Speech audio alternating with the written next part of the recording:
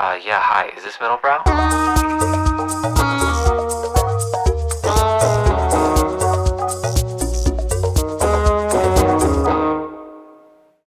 Hi, everyone. Welcome to the Middlebrow podcast. I am one of your co-hosts, Brian Park.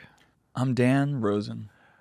Let's go Knicks, bro! Go New York, go. That's bars. That's bars.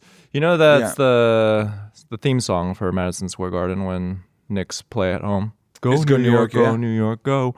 I can't afford tickets, but when the 2 times I've been invited to games, Yeah, you've heard that song. I've heard that song. And you're hearing every West Village bro chanting that. They listen to that as they sip their matcha lattes and down their Celsius energy drinks, even though they're from Boston. The fun fact is I learned that the songwriter for that jingle, Okay. Go New York, go, Yeah. is created by a guy named Jesse Itzler, serial entrepreneur / hip hop artist. One of the tribe. What do you mean by one of the tribe? Jewish. Okay. I didn't want to assume. Itzler? I don't know. It sounds. I didn't want to Knicks assume. fan. Yeah. I already knew because there was the tips of your mouth kind of furled into a smile when you heard that. This is the closest we get. So Jesse Itzler, he is married to the founder of Spanx, Yeah. Sarah Blakely. Sure, that makes sense. This dude just stay winning. So he started off as a hip hop artist. In the 80s. Early 90s. Early 90s. Yeah. Okay. That was a good time for white hip hop artists. We got Vanilla Ice. This dude was the precursor to Asher Roth. R.I.P. Wow. Asher Roth. What's Remember? going on with I Love College. I Love College? Yeah. His first released single, Jesse Itzler, College Girls, parentheses, Are Easy. Mm-hmm. I mean, His second single. Bars, bro. Second single, Bars. Shake It Like a White Girl. Okay. Sure. That's not a lot. I've learned that that's not shaking it very much. And much like many No hip hop offense to our hustlers, white girl listeners. We love you. this guy in a way is kind of the blueprint for 50 Cent. And I'm going to offend people because this guy is a hustler. Because he did the vitamin water. Yeah. Well, 50 Cent now he's just like a VC. Yes. He's a billionaire. Yeah. Yeah, he's closing deals, getting himself into the cap table, and then shitting on P. Diddy on Twitter. That's what 50 Cent's up to these days. Yeah. Great life. He's into cap table. Sorry, can you repeat that? I didn't hear He's you. into cap table. Jesse Itzler, this dude, Go New York, go. It's a hit. It's a banger. It's a banger. What was the competition, though? I have no idea. I want to see the other rejected jingles. Yes. There is no competition Okay. because this guy, nothing more hip hop than this. He's like, you know what? I'm just going to become the foremost jingle writer for arenas across America. So he did more than just the Knicks. More than just the Knicks, yeah. He did like the Wizards. He did the Mavericks. He did the Lakers. Did he do the Wizards when they were the Bullets? Oh, that's right. Washington Bullets. Washington Bullets. Colt 45, baby. They changed that when Gilbert Arenas. What did he do? He did the bad. flashed a piece in the locker room, I think. Yeah, well, who's that guy from Marquette who graduated from Marquette? He's like a coach's son, but he keeps flashing a piece on Instagram Live and getting in trouble. Yeah, John Morant. John Morant. Yeah, they can't help. They can't help themselves. So he sold this like music jingle licensing business, and then like a true hip hop artist, started a private jet company, private jet card company. Sure. Sold that. Then he started Zico coconut water. But if my wife started Spanx, I would just chill the fuck out. In fact, he started Very a company tightly. called Big Ass Calendar Company, which is just a big ass calendar. Oh, I know this guy. This is the I dude. think I did copywriting for this guy, actually. Wait, what? Now I know. Oh, well, see, you're part of the tribe, Dan. Right. Yeah. No, I think I got hired to do copywriting for his big. Okay, now I know exactly what you're talking about. Dan, put some respect on his damn name. I wondered how he made money. Well, he's had 5 businesses. Right. And it all started with and hip now hop. it all leads to calendars. Yeah. His whole Big thing is like, calendar. what if a calendar was like big? What if it was the whole size of a wall? Well, So then you can see everything. Yeah. You can have a true vision board can and manifest. maximize your productivity. Yeah. It's working. Clearly it's working for him. Yeah. I mean, when your wife is one of the first self-made female billionaires, you think you could chill, but After- nah. Much like our beloved Knicks, they stay grinding. They stay grinding. They never give up, Dan. Yeah. We were just listening to Zoran's soaring oratory at the Knicks. He was doing like It was like a march on Washington. Yes, like exactly. I thought you were playing an MLK It really YouTube video. was giving very Obama. Yeah. I have a dream. Yeah. That one day my children will walk down Broadway and it's teeming with blue and orange. This is not just for Jalen Brunson. This is for J.R. Smith. This is for Latrell Sprewell. This is for Stephon Marbury. I just keep thinking about the time that J.R. Smith responded to a girl who DM'd him saying, "You trying to get that pipe?" And I wish Zoran said, "This is for J.R. Smith." We are not blue neighborhoods and orange neighborhoods. We are the 5 boroughs. Hilarious. Yeah. My sister used to live in the same condo building as J.R. Smith. But she said that after home games, there would always be women just sitting outside in the hallway. Yeah. Just waiting. The harem. Waiting for him to come out and choose. Come back. Yeah. That's great. Yeah, it's great. I mean, now you got all Wouldn't the expect anything less from J.R. Smith. You got 10 different apps you can match with. Instagram's going crazy. Yeah. Yeah, I didn't go to the parade because it's insane. Yeah, But- people woke up at 3 a.m. Yeah. I felt What are New Yorkers going to do now? They had this unifying moment, this thing that brought together people who found out what basketball was 2 weeks ago, suddenly knowing the entire Knicks bench.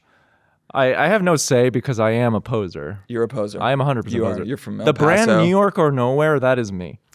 Yes. The founder is from Santa Fe, Mexico. The hat. God, that is the transplant hat. Yeah. It's not good. Don't wear that hat, everyone. I'm sorry. It should be nowhere. New Yorkers are just like, I have to be here. I don't have a choice. We're not New York or nowhere. But I'm happy for you, Dan. Thank you. Listen, I'm not Spike Lee suffering, but I watched every fucking Raymond Felton, David Lee, Nate Robinson game. I put up with that shit and wasted insane amounts of my time and life caring about Amari Stoudemire's knees. So I'm glad it was over because it was insanely stressful and not pleasant. It wasn't fun. You're Actually. soft, bro. I maybe, or maybe I'm so hard. But with that maybe level, I'm rock hard. you can only achieve that level of elation and ecstasy through struggle, which we'll get to later, which all of the tech in Struggle Silicon sets you Valley free. does not understand No. the value of the process. I mean, did you cry watching the Josh Safdie Nike commercial? Dan, I'm a transplant. Of course I did. Did I share it on my Instagram stories? Yes, I did. Yeah, this did is what it means to be a New Did Yorker. I caption it with, wouldn't be anywhere else? Wouldn't be anywhere else. This is home. Chosen home. I wonder what the version, they had to have shot a San Antonio version of that. Oh, yeah, that's true. 100,000%. They had to have. Just like they said he was too young. Just French. No, so they played Le'Veon Rose. It would have been like, I got bad feedback about our French hating, so I have to take. oh, you got bad feedback. I got some of our French listeners took umbrage with our French accents? and our mocking of their Culture? of their sex, of their blatant sexism. And then to them I say, look up which director won the César Award in 2020. Post Me Too. Just look it up, and then we'll talk about who has a healthier culture. All I'll say is that there is a Midtown Brasserie that I've been to a few times, and the only celebrity that they have pictured on the wall is Gerard Depardieu. So we'll just Now they leave it got at that. Wemby, baby. Yeah. Yeah. What do you think the Spurs commercial? The Spurs commercial version would have been like, well, for our listeners who haven't seen it, Nike dropped, "You won't believe this iconic Nike campaign just dropped after the Knicks' historic win." Yeah. Yeah, it's like, like a New York kid running, sprinting down the street. It's like shots from Marty Supreme. Yeah. But today. And Marty Supreme in a Knicks jersey. Yeah. Running to like a Knicks celebration. And he's got a big smile on his face, got a gold tooth. Yeah. He's got that New York grit. Nothing better, Dan. Nothing better. It captures the spirit. The San We Antonio love an Spurs advertisement. version would probably be directed by Richard Linklater, most likely. Yeah. And it's just Wemby wandering around the lazy river. Or It whatever, it wouldn't be Wemby, though, because it's got to be like a normal citizen. Oh, okay. Yeah, so it's maybe like a guy who... In a mobility scooter. just circling, just full speed toward the Alamo. Headed towards Costco. Yes.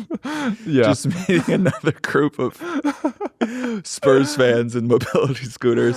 Or it's just a guy who's like sitting outside of his home in his pickup truck because his wife is upset at him. Yeah. And he just has like a gun on his lap listening to Zach Bryan. That's the Spurs, baby. That's the Spurs, baby.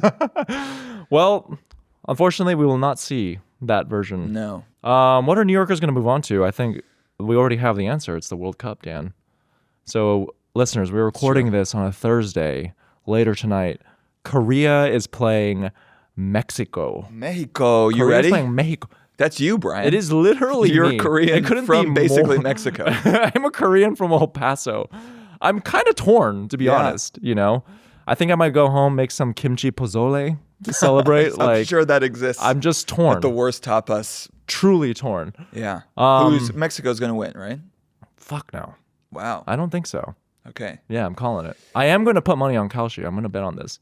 You feel close to your Mexican brethren. Do you feel more Mexican or more Korean? I shit you not. I am probably more attuned to Mexican culture than Korean culture. Yeah. You've been to a lot of quinceañeras. It's called the quinceañera. I'm sorry. Yeah, sorry. It's okay. It's okay. apologize. That's okay. I mean, I'm just here to teach you. I'm here Yeah. to... No, I appreciate it. Was I so tan from the 110-degree weather of El Paso where my third grade teacher was surprised to learn that I was full Korean? Mm-hmm. She thought I was half Mexican. Wow, you're passing. Yeah. You're Mexican passing. But have you been seeing the Asians are kind of the superstars. Asian fans are the stars of this year's World Cup. A bit. Right, I saw the Japanese guy who was like, I'm you do I love barbecue. Yeah, that's what I was going to do, What's but your not impression? racist. Can you do your impression? Do an impression. You know what I'm talking about. I love Japan. I love Japan. I love barbecue. That's what Asian people sound like to me. So Yeah. I don't know why. Yeah, I don't know why exactly. you think any different, Brian. No, but have you seen like the Koreans just getting plastered in Mexico? Yeah, and yeah. just like partying with all the Mexicans. Well, my favorites is like all these British people going to like Buc-ee's and like just be like, they got so much ice. They get so much ice. It's crazy. That was more Australian. That was more Aussie. It was more Aussie. That's okay. Whatever. You get people from all over the UK just amazed at the size, and they're like, "Oh yeah, people." Maybe just the algorithm wants me to feel good about America in this horrible time in which we, lost the soccer match to Iran of the world. But it is fun to see all these foreigners just like not comprehending the scale of America until they get here. It's amazing. And also like everyone's so nice and they just like big up you. They're supportive. Now like in Europe where everyone just like tries to bring you down and you just feel like the weight of the world is on you and you suck. The world is learning how alcoholic Koreans are. Mm-hmm. Did you know that? Because every social media I'm seeing is just Koreans like downing, Getting trashed, getting fucked up with the Mexicans. I didn't know. Is that a thing? Well, I only you can't drink. I can't drink, so which I'm bringing so much shame and dishonor to my family, dude. So Koreans like to get fucked up. Koreans drink double. Okay, so studies show that South Koreans drink an average of 13.7 shots of hard liquor per week. Whoa. Which is more than double the average of 6 shots consumed in Russia. Dude. We drink so much, dude. How come that's not the stereotype of drunk Koreans? You guys are not going to be prepared when North Korea invades. Well, the North Koreans are all famished, and then we'll True. just be drunk. So, but you're drunk. Choose your fighter. Wafy K-pop dancers. With our recovering from our recent rhinoplasties. Yeah. Okay, so what should we talk about? We got a lot of sports. I wanted to tell. My dad is a big soccer fan. Is he going ham for Iran? He's going crazy. Yeah.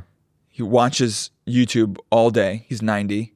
Is he watching the actual games or is he watching like a video game version of the game? You're way ahead of me. Because my brother and I go, we're talking to him, and he's like, I saw Iran beat Israel 13-0. No. And we're like, Dad, like Israel isn't in the World Cup. Like Iran did not play them. He's like, I watched the whole game. And then we're like, show us what you watched. He watched a full 90-minute FIFA video game simulation. I was convinced that this was a real game. Dude, it's our parents' generation is so he's so cooked. fucked. This isn't even Listeners, AI. this is not a bit. I did not know that Dan's dad had done this. This is not even AI, okay? It's pure Xbox 360 graphics. Nuked my dad's brain. He's plugged into the Matrix already. Like, he's off to pasture. He doesn't exist in reality. It doesn't even matter. He's happy. He's like, they were good. They were so good. He's like, well, it didn't exist. Dan, I am telling you, Mehdi Taremi scored 4 bicycle kicks against Israel. Yeah, which is, by the way, and he just doesn't believe us. He's like, I'm watching it right now. He's like, you're not watching it. So what I think I'm going to show him, I'm going to AI my face on Jerry Seinfeld and be like, I played MSG, Dad. He's like, wow, very nice. You played MSG. Dude, that's so funny. They're fucked. Yeah. I mean, but maybe it's beautiful. His reality, what even is reality? Does he have a TV? Why is he watching on YouTube? No, we got rid of the TV because it was watching it too much. Oh, and it like broke. And then now we just give him YouTube. But he can access cable TV on YouTube. Okay. He can access cable TV on his iPad. We've set it up. Yeah. But he just like truly like a child. The algorithm he has no capacity to understand what's going on with the YouTube algorithm. That's so funny. And like at best he's watching real games, but from like 8 years ago. But they changed the title, so it's today. And I saw this wonderful cartoon show of SpongeBob holding a knife and speaking in Chinese. Why are they doing that? So yeah, right now my dad is watching, I don't know, Elon Musk beat the shit out of Mark Zuckerberg in a death match. He's like, it's crazy. Dan, I had myself a bit of a luxurious weekend. Oh yeah, you did some influencer shit. I did some influencer shit. You did full on. Yeah. Went out to the Hamptons to play tennis. Yeah. With some other New York media elite. Friend of the pod. Host of Throwing Fits, James Harris. He hosted a tennis tournament out east at Montauk. Yeah, that's what you say. At the Montauk Yacht Club. Yeah. And I hope you represented the podcast well and fucking destroyed. It was a doubles tournament. Okay. Dan, I'm proud to report that my team won. Hell yeah. That's a Middlebrow win. That's a Middlebrow win, baby. Let's go. We got to get a full-on tournament of just podcasters. The most lame tournament of all time. I mean, truly, this tournament happened. Except for Hannah Burner. I don't want Hannah Burner playing because she's apparently really, I would really love good. to play Hannah Burner in tennis. She's like legit. Did you? No, play yeah, she played D1, but I feel like I could hang. Doesn't count. Yeah, you're only recreational players. Proud to report that we won, and so we got put up at the Montauk Yacht Club. Beautiful hotel, grounds are pristine. Do you like the Hamptons? Do I like the Hamptons? Yeah, that was I saw the championship, the game 5. In Amagansett Square. Sure. I had so much FOMO. I was not in the city. I was on Amagansett Square. With the townies or with the Oh, it was a nice mix. Okay. But it was such a how many Loewe sneakers were there? Golden glue perfectly distressed golden glue sneakers as far as I can see. Sure. White pants everywhere. Yeah, you're sitting on wet grass. Somehow, the white pants still pristine. Still pristine. Well, they have someone to. Yeah. They just burn it and buy a new pair. I think that's probably the last place on earth I'd want to enjoy the revelry. Yeah, it was just so funny because you had. These are the people who were priced out and couldn't get. Well, no, these are the people who would have been at game 7. These are the people who like abandoned their seats at game 5. Yeah, and instead we're like, whatever, we'll just watch it from the square. But it was just total chaos because you have these teenagers of wealthy like scions who are they just have testosterone coursing through their veins. Yeah. So with like 10 seconds left, they start moshing, but then they would just jostle into these fragile 80-year-old millionaires where there was just so much like scolding happening. They're like, hey, there's elderly here. Watch it.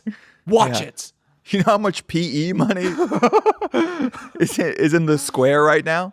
I like the Hamptons. I don't love the people who go there. It's an interesting vibe. It's very beautiful and bucolic, and if you want to pay $80 for guacamole, it's you have to be there. And I'm there. You're there. You're part of it. I'm part of it. You think you're better than it, but No, in fact, I don't think I'm better. I never You wanna go. Never felt so comfortable in my life. Terrible sleep, by the way. Why? Because the sun rises like 4. Oh, I you're became- complaining about sleeping in the Hamptons? Dude, I am not. How quickly... I am not kidding you. Maybe this is just the side effect of being around so many affluent people. Yeah. I started to get a little bit woo-woo where for the second night where I woke up at 4 in the morning, I'm like, maybe like the tide, like something with the moon and the tide cycles is like fucking up my circadian rhythm here. I think I'm going out there for a design fair next weekend. Next weekend. And they're taking me out by seaplane. So I might get, which is insane. You're going to take it? I feel like if I die, that's a good way to go. If I get like JFK Jr., then that's how... It's like, all right, but in a seaplane, I didn't know he got it like that. That's crazy, dude. But I also deserve to die because I'm being taken out there. Why? In a seaplane. That's nuts. Yeah, and I think I read that there's a Giorgio Armani picnic lunch. We both deserve to be shot. It's okay. This podcast is really becoming... Listeners, if you like the podcast, please support us on Patreon. Yes. Patreon.com. Unfortunately, Brian and I don't actually have money. We're just paid in kind with we're in events where we're in proximity to people who have money. Like if someone doesn't pick up the tab, we're gonna run out because we cannot do it. So I was supposed to see Rosalia at Madison Square Garden on Tuesday. But then they moved it. Because there might have been a game. Yeah, there might have been a 6. game 6. So then they moved it to Thursday. So then I was like, okay, great. I can go to Montauk and then I'll make the Rosalia concert the next day. A day before the concert, Ticketmaster announced that because of the parade happening on Thursday, they moved the date of the Rosalia concert back to Tuesday. Wow. Which, fine. Like, whatever, but that fucks over so many people. Contacted Ticketmaster. Don't they know how many people were playing Invitation to Influencer Tennis in the Hamptons that day? Didn't they realize? There's no overlap, Think Dan. about it. There's no overlap, okay? Like the Knicks and people going to the Rosalia concert, the Venn diagram is very true. small. Yeah, as Jason Saft called the parade, straight pride. Yeah. There's no overlap. Although, I will say this about whatever the Knicks did, they made people in my life who were maybe among the most dismissive of sports I've ever met suddenly they're coming out of the woodwork. dyed in the wool, blue and orange dyed in the wool. Suddenly they know all the Knicks bench players. They know who their girlfriends are. It's like, okay. You literally don't know what a that's defensive me. 3-second violation is. That's you me. are. That's okay. I'm kind of like that. Yeah. I'm going deep into the lore. Don't give a fuck about the Knicks, but game. I'm just like, it all started in Villanova. Like Jay Wright, he really. Yeah, you like a narrative. You like a story.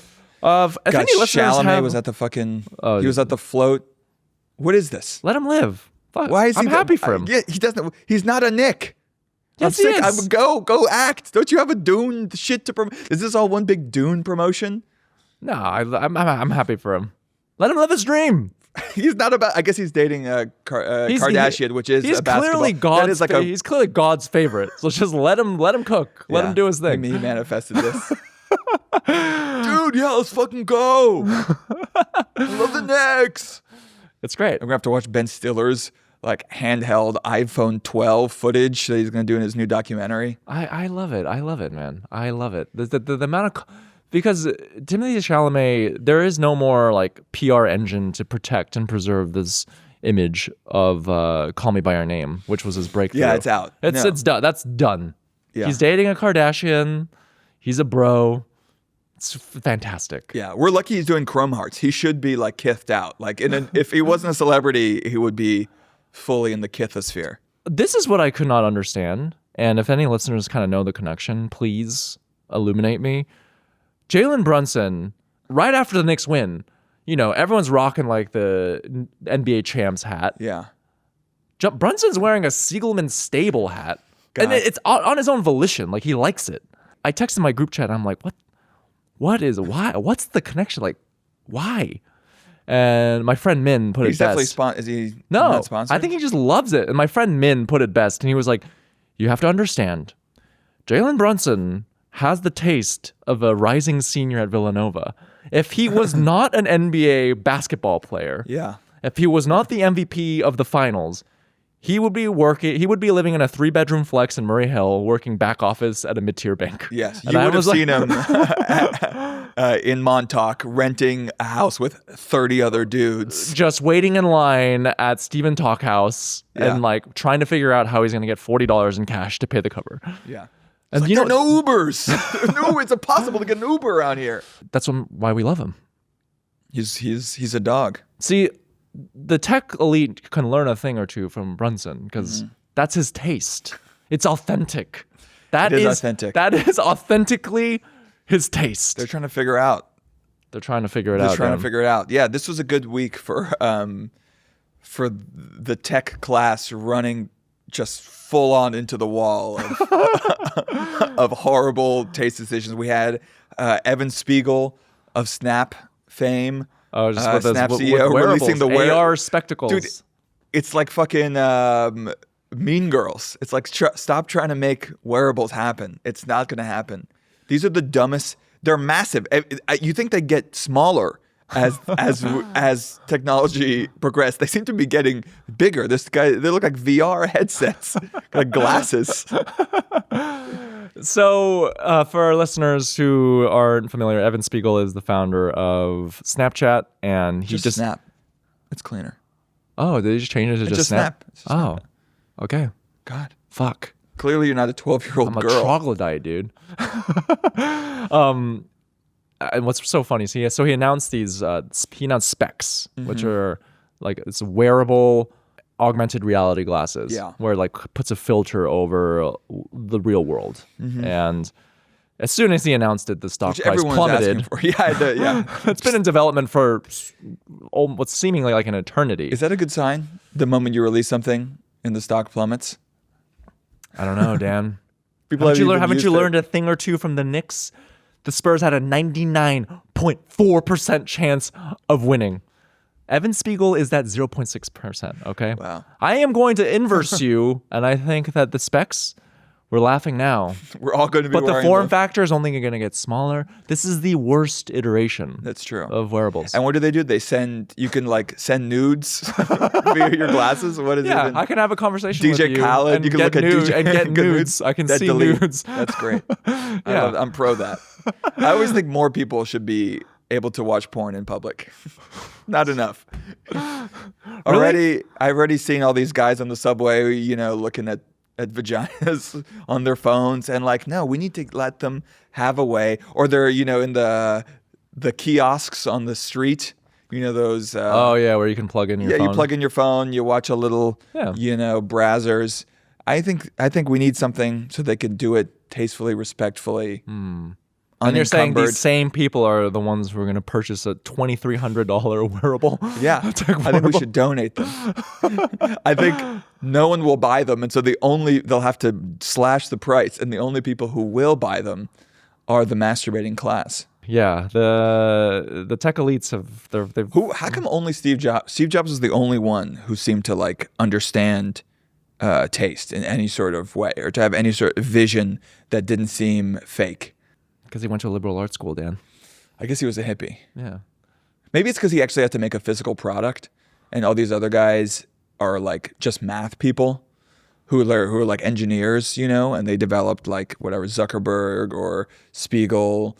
Well, if you want me to be serious about this, sincerely answer you, I think. Because is there It one can't- besides Steve Jobs who you would think of like, who actually had like a vision, like a pure, relentless vision that seemed unique and forced his will upon the world? It's like, there is actually something cool about the 90s Macs and, the iPhone and the iPad and the iPod and all that. I know Brian Chesky, the founder of Airbnb, he went to RISD. And so I think he's often accredited with like understanding UI and UX better than most founders. But the thing with Steve Jobs is that he was studying like all of these like disparate things prior to synthesizing that into Apple. Yeah. There's that like famous story where he dropped out of Reed because he just didn't like the curriculum, and so he would just audit classes, and so he audited like calligraphy, and then that's how he learned about like fonts and the importance of like typefaces, and then implemented that into the Mac OS.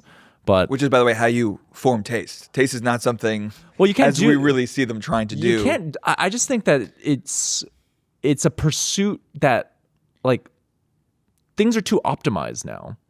Like no one, it's so rare, especially in this world, to kind of just learn something for the sake of it. You know, everything is in service to like, well, I am going to become a founder. So like, I'm going to go to Stanford and then I'm going to drop out and then I'm going to go to like Catalyst Ventures or like, or A16Z, and then I'm going to raise around and like, and the liberal arts are a waste of time. Reading a book, right? Like you were Sam Altman's thing, like it should be a not Sam Altman, Sam Bankman-Fried was like, I don't read books, you know, I only read like Substacks, whatever. Like they're like anything that you can't understand from first principles on your own is inherently stupid and a waste of time. I've been saying this. Is there like a redemption arc happening for Sam Bankman-Fried where they're like, he's gunning for that Trump pardon so hard? Yeah, but like because Cursor was just acquired by SpaceX, but people are like taking all of his investments. Oh yeah, and like Anthropic, right? Didn't he have a huge? Huge Anthropic. So if he hadn't gone to prison, like no, it would have been fine. It would have paid off this Ponzi scheme just fine. Yeah, he was actually right. I mean, it's like Silicon Valley Bank. Like they were solvent. It's just if everyone asks for their money all at once, they can't do it. But they can't pay off. You know. And like the bonds. To Steve Jobs' like point, you can't shortcut taste because it requires like time. Well, also your goal, they're so like wrong-headed about their thinking about it. Like your goal cannot be to have good taste. That is inherently a swagless, tasteless pursuit. It's like happiness. It's like not something you shoot for. It's something that you like find yourself in a state of in the pursuit of the things that you like care about. I'm gonna admit something kind of embarrassing. Peak pandemic was a bad time for everyone. Sure. I watched a TED Talk.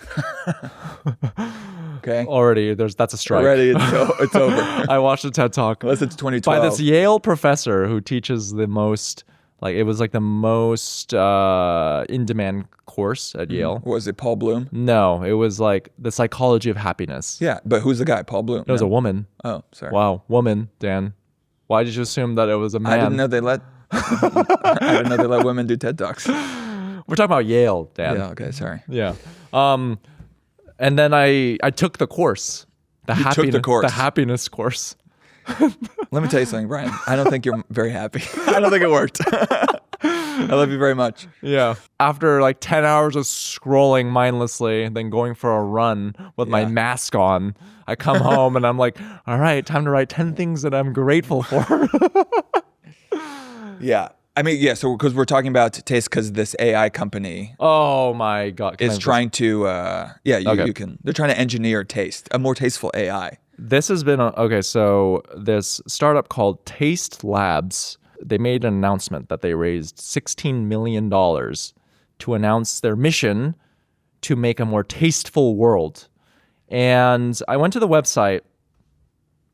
The whole premise of Taste Labs is like, we have so much slop. There's so much AI slop in this world. So let's implement AI to figure out and formalize taste so that we can help you, business, to figure out what good taste is. Yeah. Let us be your guiding light towards good taste and reject all of this bad slop. So I go on the website, Taste Labs. Immediately, the copy says, decoding subjective domains, the taste infra layer for AI. Mm-hmm. Again, what is that? That's taste. Sure. Those are words for sure. So I clicked through into the mission. This is the mission statement for Taste Labs. Instead, there can be a world of creativity, beauty, and taste. That requires cracking how to measure, classify, stir, search over, and codify subjective domains into data models that we can learn from and tools agents can use, so that models and agents can produce not just outputs that are correct, but that feel right. We're making the unverifiable verifiable, starting with design. Have people lost their fucking mind, Dan? It just really is amazing. Like It's the whole concept of trying to codify Taste? into like a spreadsheet where you're like you just plug and play and this and that. It's like actually the whole game is that it's ephemeral and protean, and you actually can't. And the moment you try to grab onto it and you think you're in good taste, actually it's shifted to something else, and it's all subjectivity and context. It's like by definition, taste is intrinsically elusive because that's what good taste is. Yeah, it's like the kid in high school who like was like, I'm going to go to, when he moves to a new town, he's like, I'm going to be cool. And then he like looks at like all what the cool kids do, and he just copies what they dress and copies how they talk and what they're into. And it's always going to be fake and forced because it doesn't come from them. Or like, think about all these celebrities wear all the cool clothes, right? Yeah. And they have but it feels forced. It feels fake. It doesn't feel natural to them because someone else is telling them. So it doesn't even matter if you get the quote unquote right cool clothes. Yeah. We can tell that it doesn't emanate from your own like relation to the thing. It doesn't feel natural. I mean, it really shines a light to how phony and made up all of these VCs are, in my opinion, because to convince people to give you $16 million in search of to find this like solution where you're codifying taste, what they don't understand is that it's a paradox where, to me, taste, like indication, good taste is a result of subversion. Like you have to be ahead of the curve. And so a lot of Silicon Valley talks about like taste is this edge, like in a world of AI, the taste is the moat, taste is the edge. But in order to have the edge, you need something to subvert against. And AI cannot provide that for you because AI regresses everything to the mean. Like it's built to collect on existing data. So whatever this Taste Labs is building, it cannot surprise you. It can't give you good taste because it's going to just feed you the thing that is quote unquote good taste, sourcing from Pinterest boards.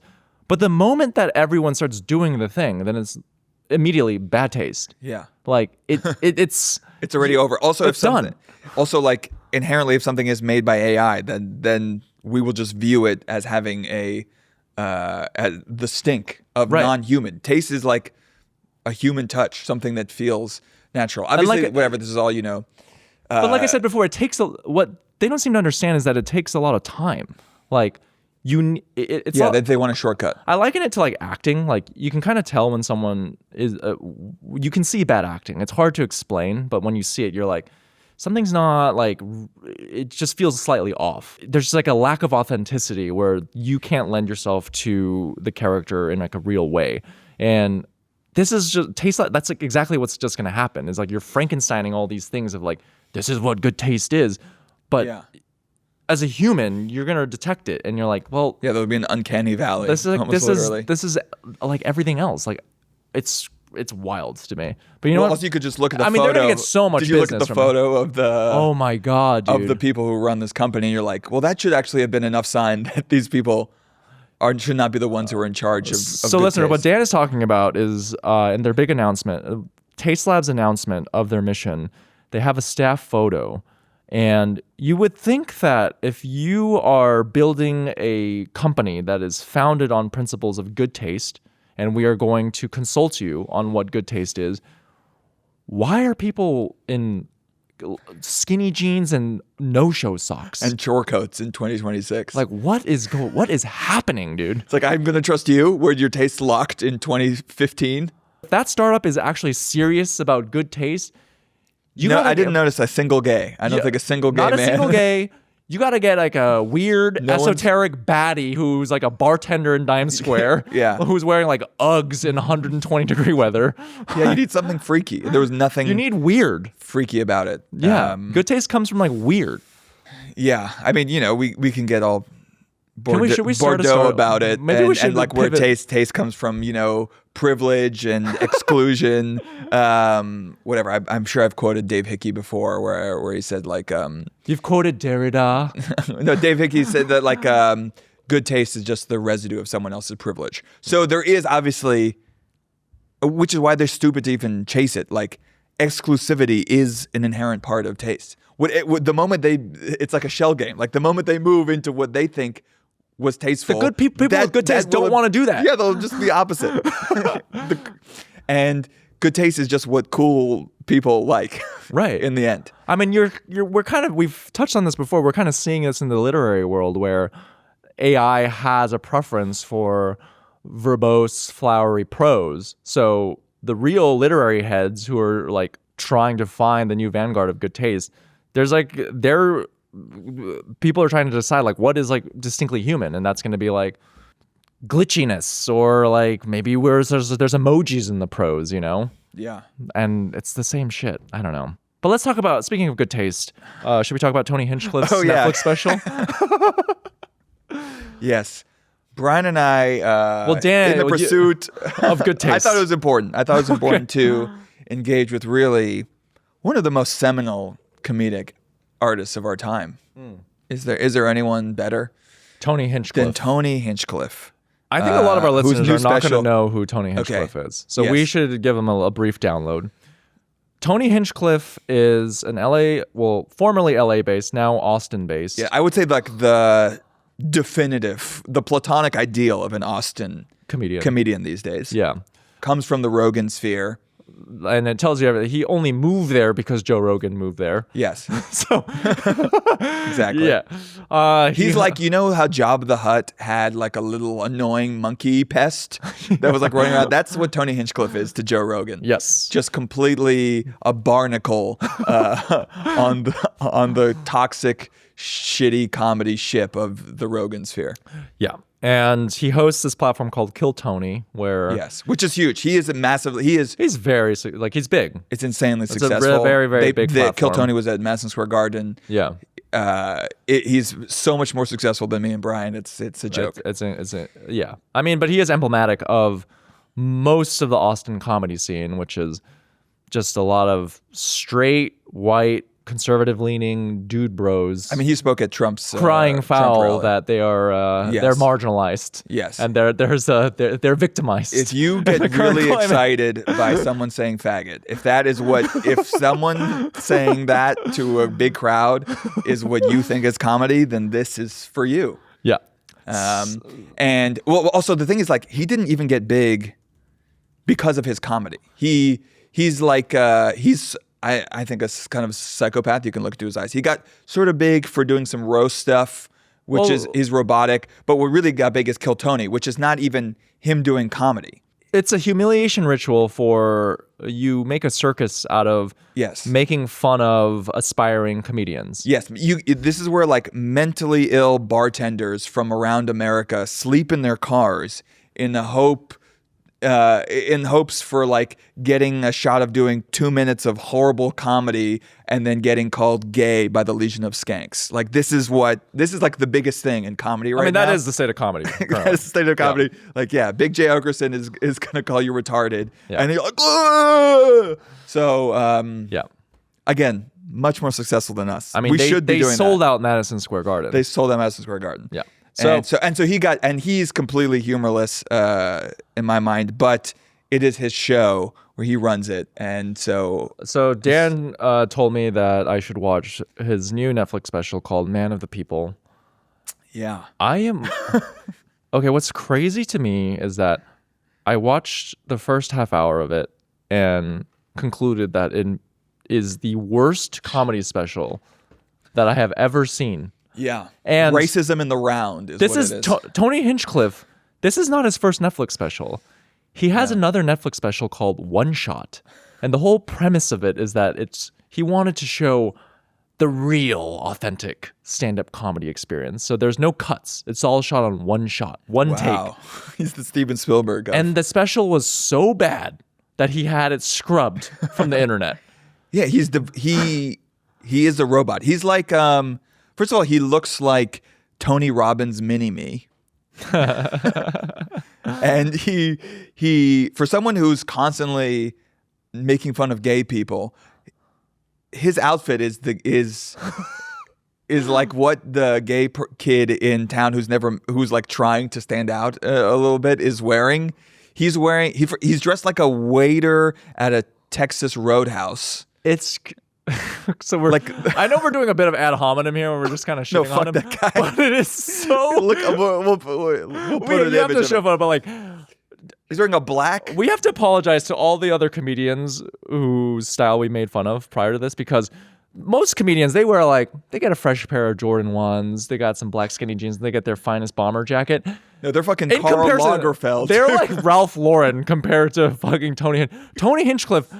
He walks on stage, he's wearing like, he has this giant Texas like cowboy buckle belt. Yeah. And then wearing like a black button down, and you can see that it's monogrammed TH on the sleeves. And then he pairs that with like this red monogram, low-rise black skinny jeans tucked into like patent black leather Kobe Bryant basketball the shoes. shiniest It's shoes insane, dude. of all time. And he has this kind of like peacock walk, like he's Mick Jagger. But you can't, like, his first premise that he launches into is talking about, it really is like a rally. Like It's a because rally, there's yeah. no because at least with other, like, look, I can respect, you go to you watch the Kevin Hart roast, they tell like racist edgy jokes. You can at least respect the craft of like Shane Gillis or Andrew Schultz or whatever. Like you're like, okay, that's like Jeselnik, like you're clever. I knew the punchline to every racist. It's like, oh, he saw a car that no one was driving. All right, this can be an Asian joke. All right, yep. It was just like, Jesus Christ.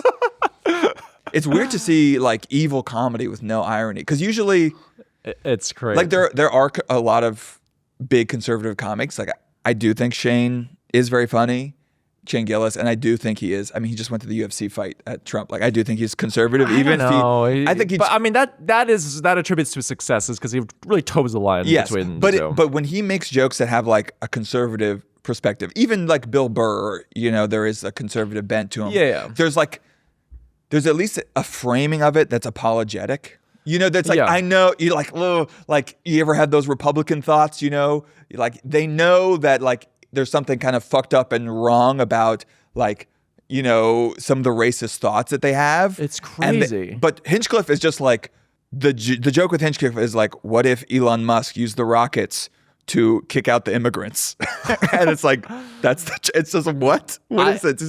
This is like what that cat turd Twitter person does. Yeah. It's just like pure evil. I love that you said this, because I came to the same conclusion too, where all those aforementioned comedians, there is an element of like they are apologetic. It's like, I am a person who's presenting this kind of offensive idea to you, but ultimately, like, I know it is a joke. But Tony Hinchcliffe, he seems like at his core a very mean-spirited person. Yes. Like there is you just feel sense of irony there. No, even Trump feels like more playful. Even Trump feels more like apologetic. It's like, we love him though. We love him. There's some bad ones. No, Hinchcliffe is like Der Stormer. Like he would be on the front lines rounding up Jews. I mean, easily with like glee. It was like hack racial stereotype, like checklist. Listeners, I am not, without exaggeration, like verbatim, it's like, oh, you in the audience, are you Mexican? And they're like, oh, yes, I'm Mexican. And he's like, shouldn't you be working at the landscaper right now? It's like, God, like, is our bar for racism so low? Yeah, I mean, his opening joke was addressing the allegations that he's gay, but then he kind of spins it as like, well, I'm not gay, you're gay. If you are a man who shows any semblance of style or trying to, you're gay. But I'm reminding you, he's saying this while he is wearing like, clearly he has put a lot of effort into this fit. He's monogrammed his fucking shirt. Like the logic doesn't even make sense. Dude. But my favorite detail, he has a nice checkerboard pattern case to iPhone just poking out of his just shoved into his back pocket, just waiting to spring out with the tightest pants alive. Oh my God. Dude, he had hack Spirit Airlines jokes. Like it was literally the checklist of every shitty joke we heard at open Did he have an mics. Asian woman driver joke in Yes. Literally, yes, Brian. He had the black people eat fried chicken joke. That It's was like, what is crazy, this? dude. That's crazy to me. What you know is who this? else This is likes to eat? racism 101. You know who else likes to eat fried chicken? Black people. Even like whatever, like the $1 Million Extreme guys like Sam Hine and Nick Rochefort, who are like legit alt-right. Who's Sam Hine? Yeah, remember they had that $1 Million Extreme. The GQ writer who that recently Sam left. Hyde? Yeah. One No, of- that's Sam Hyde. Which one's Sam Hyde? Sam Hyde's the right wing guy. Okay, yeah, sorry, not Sam Hyde. It's not the exact opposite. You're like Sam Hyde, who's wearing his Yeah, dainty no, Miu Sam Miu Hyde, boat shoes. Sam Hyde, Boaty. who's like is like an unbridled fascist comedian. You could see like he's at least like a clever dude. There's no wit. Like I've never seen a comedian so devoid of wit or charm. It's like it's actually impressive. It's like you've seen Tim Heidecker's like fake cancel culture stand-up comedy. It is just that. It's that. It's like not even parody. Yeah. Anyway, watch the special. Yeah, as the ironic, pretentious people that we are, if you can watch it through an ironic lens, it's funny. Because it's so really insane. atrociously bad. It's like it is actually like mean AI, mean like average AI chatbot racism. It's impressive. It's what Elon Musk would find funny, actually. Elon Musk fucking loves this shit. It's like his kind of comedy. God, we all We're laugh. saving comedy. We're saving comedy. Comedy is back alive. It's We're wild, saying Dan. retarded and gay. Dan Mabubi and Rosen, you're Persian. What is that there? Is that a beeper on your belt? Can we get the bomb squad in here? Security! Wow. Can you even see out of your eyes, huh? Not if there's dental floss over them. Yeah. Oh. Yeah. Who was also in the audience? America's dispiritingly diverse audience of morons. America is big, Dan. It is nice that like it's a very diverse. There's something for everyone. Yeah, the dumbest people from every race can enjoy Tony Hinchcliffe, and that's nice. That's something to celebrate. We have a nice theme going on in this episode. Taste. This is the taste episode. Yeah. You took me to... We're going to talk about the Duchamp show at MoMA, which is literally, I think, the exact opposite of Tony Hinchcliffe. The opposite of Just- Taste Labs. Opposite of Taste Lab. Taste Labs, by the way, sounds like they make lab-grown meat. Like, horrible name. Oh, yeah, like Impossible? Yeah. Yeah. Anyway. Taste Labs kind of... it sounds like or it could be like a froyo. Mm-hmm. You know? You dispense your own froyo. I'd go to that. A lot of glass block interior. You'd wait online for 8 hours. Yeah. For some Move over, what's Mimi's. the new one? Mimi's. The dot cake? That's the new thing people are waiting in line for. I've seen. You know who? Well, we got why? But they're gonna be waiting online for us soon, Dan. I hope so. Yeah. For Middlebrow merch. So we went to MoMA. It took me to the Marcel Duchamp retrospective Yes, blockbuster retrospective, the first retrospective of Duchamp's work in America. in America for like 50 Yeah. years, maybe. Yeah. What'd you think, Brian? I Talk about taste. That guy yeah. defined. I didn't know. So my understanding of Duchamp was like the work late in his career, which Yeah. is like the plunger, The and ready-mades. the toilet, and It's a urinal. Yeah. yeah. But just For like listeners, Duchamp was, one of I'd say among the most important 20th century artists. he is truly our neurotic artist king. Yeah, he's Just- like a mischievous figure. He's like a little like imp, who's Yeah. like actually punk. Like when, Yeah. like whatever Mauricio Catalan is trying to do with the stupid fucking banana for attention, Duchamp was doing that 100 years ago when it actually was transgressive and avant-garde. Well, yeah. To your point, I didn't know about Duchamp's earlier works. He just like was a great figurative painter, and then he kind of moved into like more performance art, where he released works as like as a woman under a pseudonym, and then he moved on. Like, I didn't know that he was moving through so many different mediums and so many different forms, and that's like his whole shtick is kind of like deconstructing like art as a concept. Yeah, well, the And- show is chronological, Yeah. and similar to other extremely famous painters like Picasso, like Jackson Pollock. If you look at their early work, they know how to paint figuratively and realistically. This in heavy quotes. Damn. So you're saying that I can't hack it. I can't just draw like some abstract childlike painting. You'll see this go viral on Twitter every once in a while. They'll show like Picasso's like work when he was 17, and it's like, you know, some very well rendered realistic social realism, and they're like, why did he begin to paint like a degenerate? And it's like, well, actually, that should actually get you thinking like, wait, why did this person who was extremely talented at being able to draw realistically and figuratively, why did he shift away from this? Well, maybe it's because actually there was no more territory in that world to go, and you had to push it into more interesting directions. And so if you look at Duchamp's early paintings, they're very like post-impressionist. They're like Cezanne, they're like the Fauvist. Then he moved into like a cubist, like abstract work, period, where he had his most famous painting from that period was Nude Descending a Staircase, which was like shocked the 1917 Armory. And that looks very much in the world of Cubism. And you could what's cool about the show is that you could like really see him moving further and like challenging himself. You can see. It's like, oh, what is that? What is literally on the avant-garde? What is new? How do we push this forward? Right. And like now it's a joke. You're like, oh, is that art? Like, what is art? Like, no, he was the person who asked that question. And like, you know, people think the fountain was just like the fountain, which is, you know, a urinal that he submitted as Armut.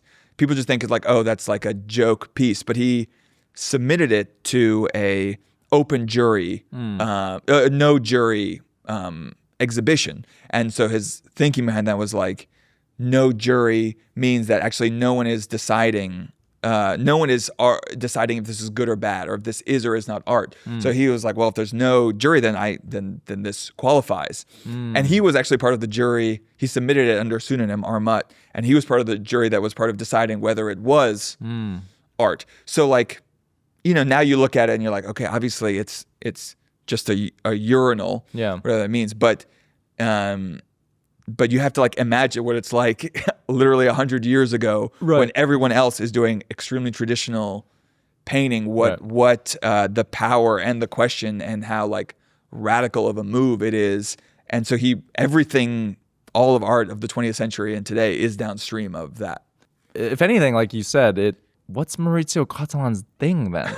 Because I think because like the art world is really weird where, you know, part of this is because it's exclusionary intentionally, but also part of it is because it's not a mass medium. Right. Like you can do something in art that was done 100 years ago and people will still like be shocked by it or surprised by it. Whereas like if I made a movie now that has sound, you wouldn't be like, oh my God, there's sound in a movie, which is effectively what people are still shocked at moves from 100 years ago. Yeah. Or like, that's not art, whatever.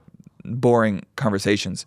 And I think most people just don't have much interaction with art at all. And so when they do, it's this spectacle, like it's this meme that they'll see on social media where something's like some horrible performance art. They're like, this is money laundering, or like a banana that's going for millions of dollars. And so that's like a weird spectacle grotesqueness to it, which can go viral. But to me, it's like so done. It's just a done gesture that's not interesting at all. Like the Duchamp move would be something radically different now than just repeating the same thing. Yeah. Like we said before, the good taste comes from subversion, and Taste Labs could never do. Taste Labs could never put what a shovel Duchamp did. hanging from the ceiling. Also, I love that he just kind of like played chess for the last 20 years of his life. He like pieced out, and he's just like, I'm good. I think he once said that like every chess player is an artist, but most artists are not chess players. Yeah, it's an interesting show because like actually you don't really need to see like the urinal or the shovel in like those. You could like look at them and like you're not. Yeah. There, you know, his whole thing was that he was interested in the conceptual, not in the ocular. He was like, he's like, why is art so obsessed with only like what you see in the retinal aspect of it? He wanted to go deeper. And so that's why it's interesting to see his early work, which is that. And then the rest is like, you actually think about it. The point is to think and debate. Well, unfortunately for you, no one's thinking or debating this much anymore. No. Instead, we just we scroll on our Instagram, Yeah. Maybe there'll be a photo of a urinal at an art show, and then we'll see a text overlay. You won't fucking believe what Marcel Duchamp put in this gallery opening. Yo, he had bars. He did what? He turned what into an art sculpture? Whoa. And it's low-key fire. Beautiful episode, Dan. Lovely. We really did the high and low. That's what we're here for. Yeah. And Patreon? we are not going to go to the Hamptons anymore. Yeah, we don't use your money. So please, just so we can pay for our clips. we and for the stupid merch, which will be the bane of our existence. Yeah. YouTube, Patreon. And every creator-focused show out there is telling me that the clips are the new podcast, Dan. Yes, so we need to make us. more clips. We got to make more clips so that people can watch the clips and not listen to the podcast, which is what we love. That's why Brian and I got into this, to just make clips until we die. We'll see you next week. We love you. Brian and I want to do interesting things this summer so we can tell you about them. So we have to live so we can talk about those experiences with you. So keep listening, keep sharing. And we want to create more IRL experiences where we've got a live show cooking. We got a live show cooking. Merch is cooking. Merch is a third done. It is. I have Brian my tote bag. Brian has the tote bag. I have the tote bag. All right, it's happening. Like a douche, I am carrying the tote bag with me. Middlebrow logo out. Yes. Yeah. It's your Siegelman Farm Stables or your Siegelman Stables.